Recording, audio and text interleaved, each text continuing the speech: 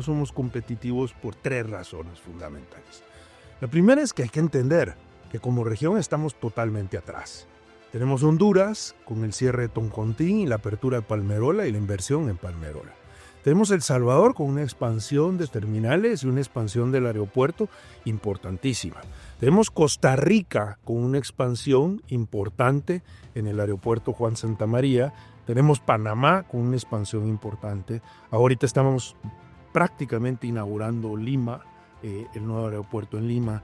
Entonces hay una inversión que excede los $3,000 millones en la región y Guatemala tiene pues prácticamente desde el gobierno de Berché de no hacer una inversión importante en lo que es el aeropuerto, pero más importante que eso es también dar una seguridad operativa. A mí me gusta esa frase que dicen los americanos, you cannot have the fox and the hen in the same cage. No puedes tener al zorro y las gallinas en la misma jaula, ¿no? Es decir, necesitas un regulador que tenga la capacidad, que tenga la autoridad para poder decirle al aeropuerto, tú no puedes operar en esas condiciones. Cuando inició esta administración, habían más de 240 contratos que son difíciles de desamarrar, difíciles de desatar y que están hechos con otra intención. Es difícil porque la propiedad, por ejemplo, de las tierras o lo que funciona dentro del aeropuerto de La Aurora, hay como 3 grandes entidades. Está el Ejército, está la Dirección de Aviación Civil, está el Aeroclub, en fin. Entonces hay un problema de propiedad o de manejo del activo en sí, que es fundamental y que hay que aclarar. Es decir, y no es sencillo aclararla en un régimen, especialmente donde pues hemos sido un régimen fallido en términos de concesiones.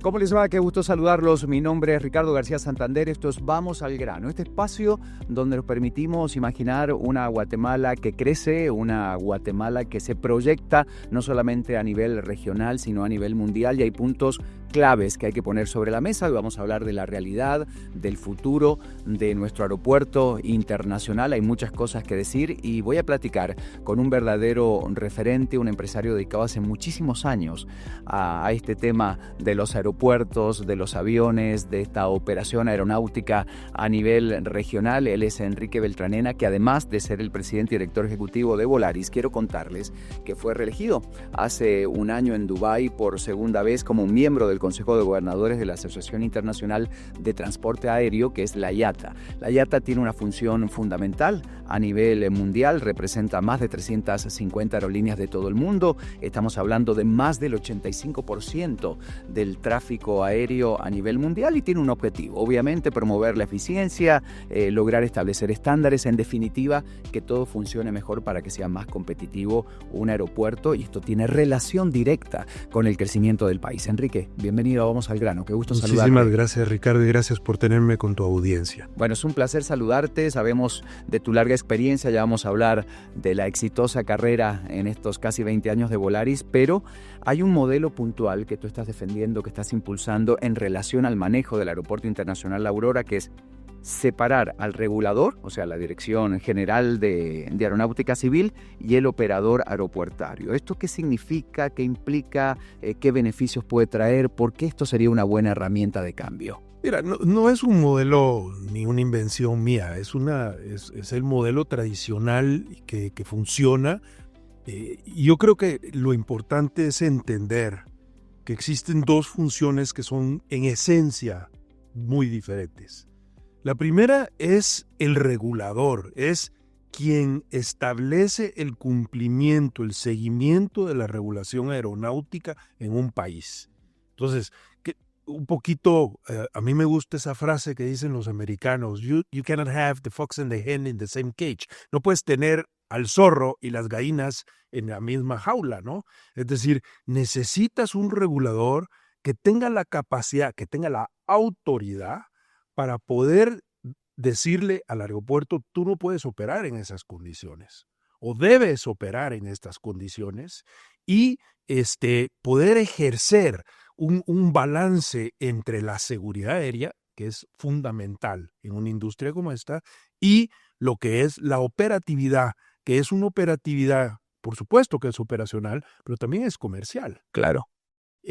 También es el esquema de los aeropuertos, pues son polos de desarrollo, son grandes polos de desarrollo y generan economías dentro de ellas o microeconomías alrededor de los aeropuertos que son fundamentalmente importantes, pero su espíritu, su vocación es totalmente diferente. La una es de regulador, la otra es de operador y de una ejecución comercial esencialmente hablando. Es la primera cara que ve un turista, que viene un inversor extranjero cuando llega al país, es el aeropuerto. La Y puerta el de entrada. aeropuerto es como la primera impresión que te puedes llevar del lugar al que llegas, ¿no? Por eso es tan importante, entre otras cosas. Es importante y es importante entender porque evidentemente nosotros como operadores aéreos tenemos un énfasis enorme en el tema de seguridad aérea, enorme, porque pues sin seguridad aérea esto sería un fracaso, pero para el turista, para el inversor, para las personas que viajan alrededor de él, pues tiene que ser funcional, tiene que ser bueno desde el punto de vista visual, tiene que ser presentable como una puerta de entrada y tiene que ser funcional desde el punto de vista operativo. Y hay un tema básico, estamos hablando de una realidad del aeropuerto. Para hacer una retrospectiva rápida, hablando de aproximadamente 20 años, durante la administración del entonces presidente Oscar Berger, donde se hace esta reinauguración de esta nueva etapa, realmente con un cambio bastante contrastante con lo que teníamos, ¿verdad? Desde la década de los 60 a esta modernización. Hoy el Ejecutivo ha emprendido un plan de modernización, pero son muchos los puntos. Si nos pusiéramos a analizar ese listado de todos los factores o elementos que hoy no están funcionando con eficiencia y que se han venido deteriorando con el tiempo, realmente la situación es delicada y grave. ¿Cómo ves el panorama dentro del aeropuerto actual? Tu aerolínea, la que presides, tiene permanentemente vuelos hacia este aeropuerto. ¿Cómo ves esa situación y este plan que plantea el Ejecutivo? Mira, es complejísima. Es decir, cuando inició esta administración, habían más de 240 contratos que son difíciles de desamarrar, difíciles de desatar y que están hechos con otra intención.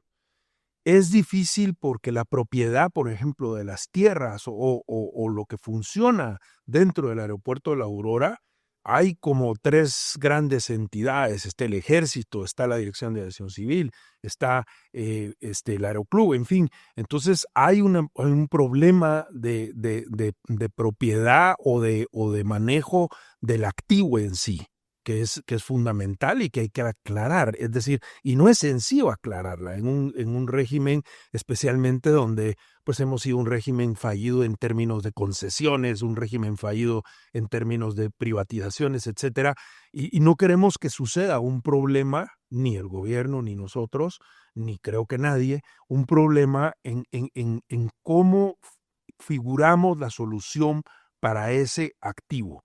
Y luego, pues no solo es este activo, es decir, estamos hablando de aeropuertos muy importantes, el aeropuerto de Flores, Claro. el aeropuerto que opera el Mundo Maya, estamos hablando de aeropuertos importantes como Puerto Barrios, estamos hablando de la transformación o no transformación, nos guste o no, de lo que sucedió en San José y en la base militar de San José.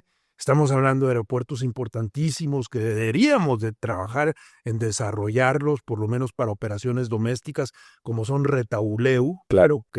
Para operación del parque y otras cosas, pues es un polo de desarrollo Retauleu y el occidente del país, o Quetzaltenango.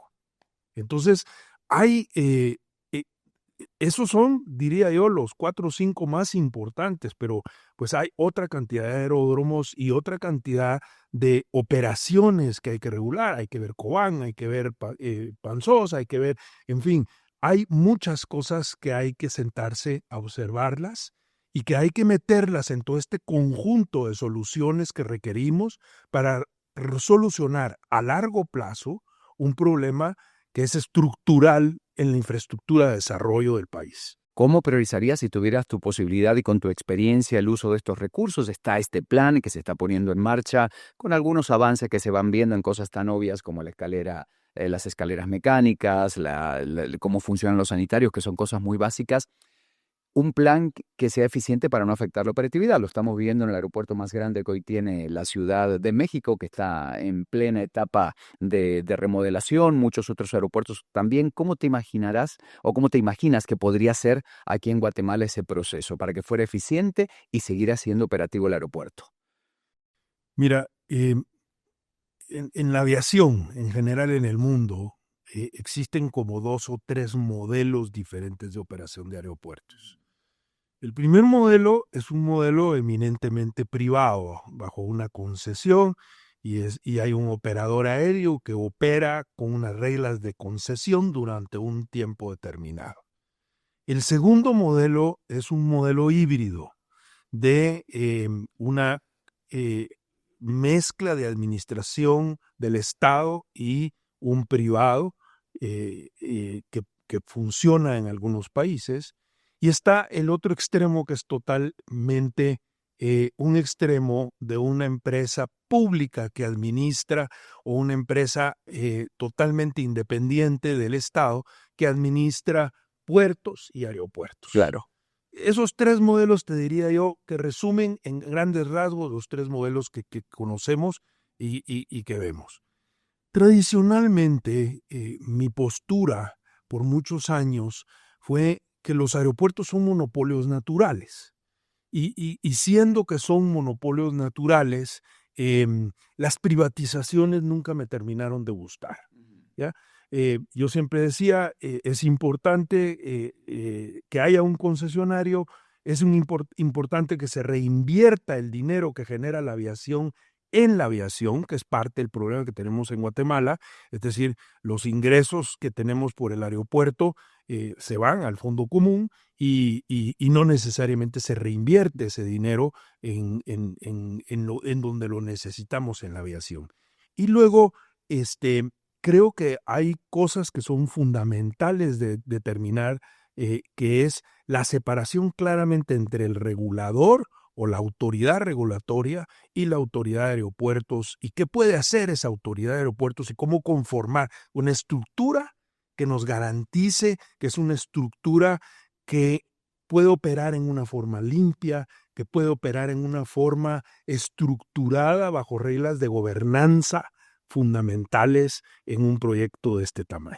Bueno, indudablemente una de las mayores preocupaciones es qué hacer para no sobrepasar la capacidad operativa que tiene el aeropuerto y recuperar de alguna manera el liderazgo regional. Y te pregunto, con tu conocimiento en todos los aeropuertos de la región, tenemos a Panamá y a muchos otros que han crecido.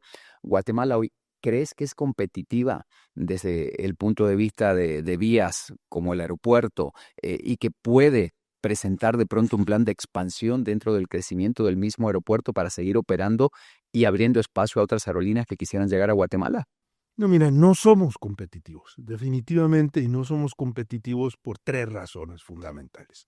La primera es que hay que entender que como región estamos totalmente atrás. Tenemos Honduras con el cierre de Toncontín y la apertura de Palmerola y la inversión en Palmerola. Tenemos El Salvador con una expansión de terminales y una expansión del aeropuerto importantísima. Tenemos Costa Rica con una expansión importante en el aeropuerto Juan Santamaría. Tenemos Panamá con una expansión importante. Ahorita estamos prácticamente inaugurando Lima, el nuevo aeropuerto en Lima.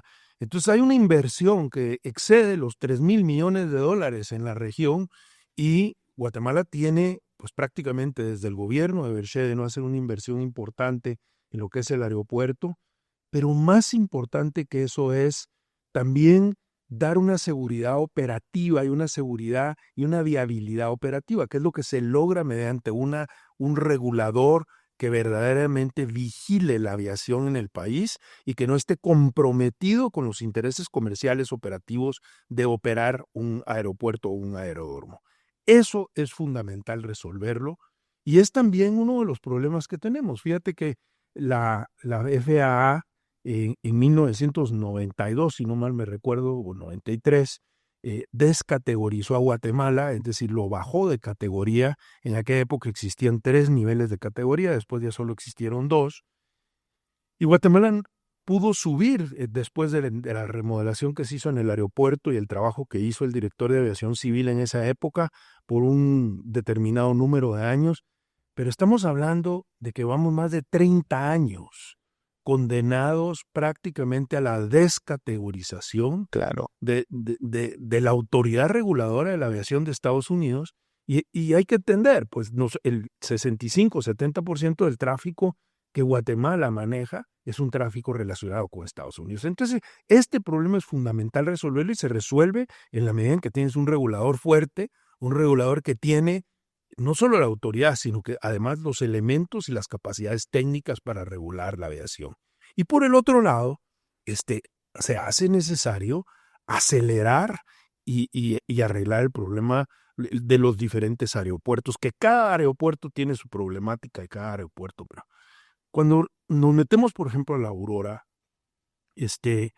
hay problemas con estos 200 y pico contratos, 240 y pico contratos que hay que ir resolviendo. Es decir, la gente dice, ¿por qué no se ejecuta este cambio o por qué no se ejecuta este proceso más rápido? Creo que este gobierno tenía 3 prioridades fundamentales. La primera prioridad era regresar y administrar el aeropuerto porque verdaderamente estaba en un deterioro enorme. Tremendo, sí. Y ahí, señores, entra desde cosas que no vemos, como impermeabilizar los techos de la terminal, hasta cosas muy importantes como rehabilitar la calle de rodaje que llevaba no sé cuánto tiempo inhabilitada. Tenemos problemas de aproximación. Por ejemplo, en Guatemala no segmentamos los procesos de aproximación o de despegue de la aviación civil de la aviación comercial. Son 2 procesos iguales y se hace necesario, siendo que Guatemala tiene la tercera aviación privada más importante de Latinoamérica. Entonces, hay mucho trabajo desde el punto de vista regulatorio formal. Grandes pasos que ha hecho el gobierno, es decir, primero creo que aunque no se mire, porque cuesta verlo, pues ya tenemos gradas, ya tenemos ascensores, ya pasamos la primera auditoría de OASI en términos de seguridad aeroportuaria en sí, con una nota que era de 50, se fue a 70. Eso no es suficiente, necesitamos tener mucho más que eso, pero es un paso, ¿ok? Como te digo, se rehabilitó iluminación, se rehabilitó las pistas, se rehabilitaron una serie de cosas, pero no todo es infraestructura. Hay que regresar y trabajar en el control aéreo. Las torres de control del aeropuerto de La Aurora están en un abandono enorme. Los controladores estaban desactualizados. Las licencias de los controladores no estaban vigentes. Los cursos de los controladores no estaban vigentes. Entonces había un trabajo que verdaderamente pues la gente no lo mira, porque tú no miras ese cambio, pero ese cambio sí se ha logrado, se ha empujado y ha evolucionado. Yo diría lento, sí, pero yo diría con pasos firmes y con pasos buscando una solución de largo plazo que podemos hablar ahora de ella. Hablando de soluciones, un tema que se plantea también y que piensas al respecto, cambios en tasas aeroportuarias, impuestos como el IVA al combustible de aviación, siempre con un objetivo, obviamente, que más gente pueda volar en Guatemala, estadísticamente haciendo una radiografía y un estado comparativo con otras regiones del país y de Latinoamérica, pues cómo hacer para incentivar esto si es que estos cambios no lo afectarían y que siga siendo operativo el aeropuerto en esta etapa de mantenimiento. ¿Pensás que por ahí puede haber una línea o no? Sí, definitivamente es parte de la línea. Creo que es más profundo que eso. Es decir, y ahora si quieres platicamos un poquito. A raíz de las propuestas que nosotros presentamos, y digo nosotros, incluyo a la IATA y en general, como te digo, la conceptualización no es un producto de mi creación o un producto que tenga un interés. Dicho sea de paso, en México hay una regulación que nos prohíbe a las aerolíneas participar en las concesiones de los aeropuertos.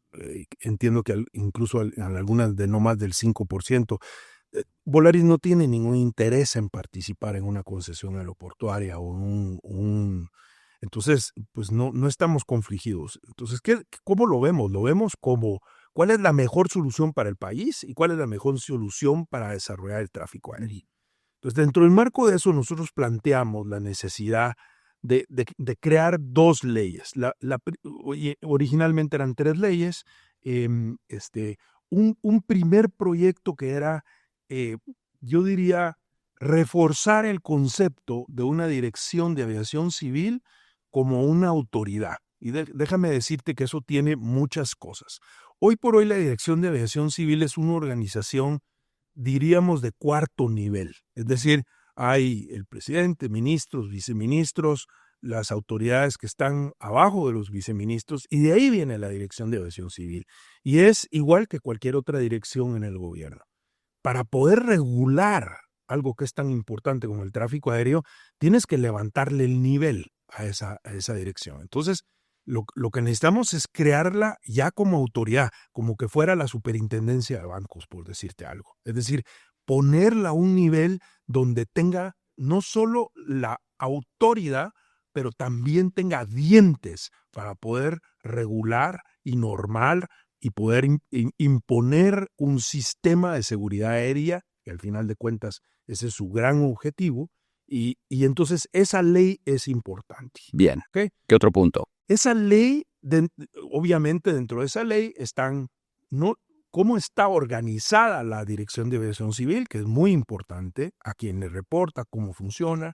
Segundo, cuáles son sus funciones y sus capacidades, no solo técnicas, sino que desde el punto de vista cómo la financias, cómo recaudas, etcétera.